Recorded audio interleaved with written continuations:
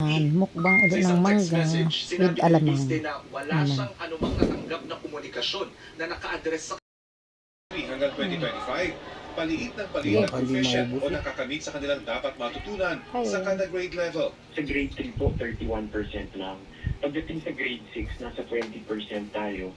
Pagdating sa grade 10, 1.4%. Pagdating sa grade 12, 0.47 lang ang proficient ng mga batang Pilipino. 0.47% sa milyong-milyong naka-enroll sa grade 12. Nagkapatong-patong na raw ang dahilan ng pagbagsak ng proficiency ng Filipino learners sa pagdaan ng mga taon. Mula sa kakulangan ng classroom, kaya siksikan ng klase, kakulangan ng textbooks, at kakulangan ng oras sa pagtuturo ng mga guro dahil sa rami ng kanilang ginagawang administrative work. May mga ginawa naman daw ang Department of Education o DepEd, kabilang ang transmutation of grade, kung saan nira-round off pataas ang grade ng isang learner.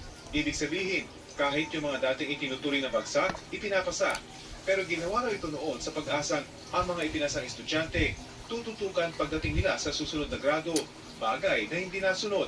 Kung siksikan ng mga estudyante sa isang klase ng guro, napakarami din ibang trabaho pa, paano niya gagawin yun talaga ng mahusay? So, talagang siguro yung inasahan natin sa sistema, hindi akma sa realidad na hinaharap ng mga paaralan natin. Kaya medyo nagkaroon tayo ng problema. Sang-ayon ang dalawang grade 12 students na aking nakausap sa resulta ng pag-aaral. Nagpalala pa raw sa problema ang nangyaring pandemya. Simula nung pandemic din po talaga, yung iba talaga bumagsak yung nila yung interest sa pag-aaral kasi naka-online lang po. Lalo na po sa comprehension, sa pakikinig, sa mga ganun po. Simula noon, medyo ang hirap na makabawi. Opo. Nahihirapan na po kami. Ang DepEd inihahanda pa lang daw ang kanilang pahayag tungkol sa pag-aaral. Ayon sa EDCOM 2, aabuti ng 10 taon para mabawi ang mga pagkukulang na ito kung matutugunan ang mga kasalukuyang problema. Pero may pag-asa pa rin naman daw. Yung DepEd nag-launch ng Summer Literacy Remediation Program.